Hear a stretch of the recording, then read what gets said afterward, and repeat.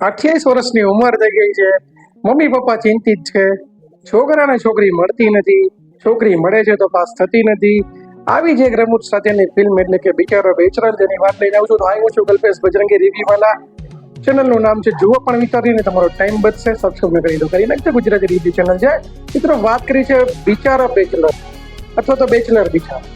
મિત્રો વાત છે કે 28 વર્ષના યુવાનની કે જેને હવે લગ્ન થતા નથી ને જેના મમ્મી પપ્પા લગ્ન કરવા માટે તેને વિવિધ જગ્યાએ છોકરી જોવા લઈ જાય છે, પણ છોકરીઓ જોતા સમયે જે આજના સમયની જે માહોલ જે સર્જાય છે એ પિક્ચર છે બિચારા બેચલર. મિત્રો તુષાર સાધુ જે છે સ્ટારર ફિલ્મ તેમજ કોમેડી સ્ટારકાસ્ટ વાળી ફિલ્મ જે છે એ ખરેખર એક સ્ટોરી ન કહી શકીએ, એક સમાજમાંથી એક પોઈન્ટ લઈને મૂકેલી ફિલ્મ છે. પોઈન્ટ ફક્ત સિમ્પલ છે. 28 વર્ષે લગ્ન નથી ત્યારે એ છોકરીઓ જોવા જઈ રહી છે પણ ક્યાંય મેચ આવતું નથી.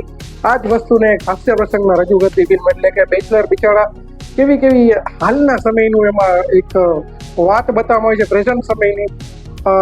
ઓલ્ડ એજ લોકોને કદાચ આ ફિલ્મ કોઈ રીતે મગજમાં નહીં બેસે, કેમ કે એમાં વાત છે પ્રેઝન્ટ સમયની કેવી કેવી વાતો બનતી હોય છે એ રીતની છે. એટલે સ્ટોરીને જો તમે વિચારીને જતા હોય તો ઘરે મૂકીને આવજો તમારા માઇન્ડને ઓનલી ફોર હાસ્ય અને જે સમય અને સંજોગ પરિસ્થિતિને કારણે ઉત્પન્ન થતું જે હાસ્ય જે કોમેડી છે એ તમને આ ફિલ્મમાં જોવા મળશે. એટલે કે તુષાર સાધુની આ ફિલ્મ આપને ચોક્કસથી હસાવશે. ફિલ્મ થોડીક લાંબી હોય એવું લાગશે, ઇન્ટરવલ પછી થોડીક વધારે લાંબી લાગશે, કેમ કે સેમ વસ્તુ તમને એક ને એક વસ્તુ તમને વધુ વાર ન હસાવી શકે, છતાં પણ સારી એવી લોકોના દિલમાં ચાહના કરી હતી. લોકોના થિયેટરમાં પણ ફિલ્મ મને પણ થોડી પસંદ આવી હતી, કેમ કે થોડું હાલનું સમાજનું બતાવવામાં આવ્યું છે, પરંતુ ઓવરઓલ ફિલ્મ લેન્ધી છે.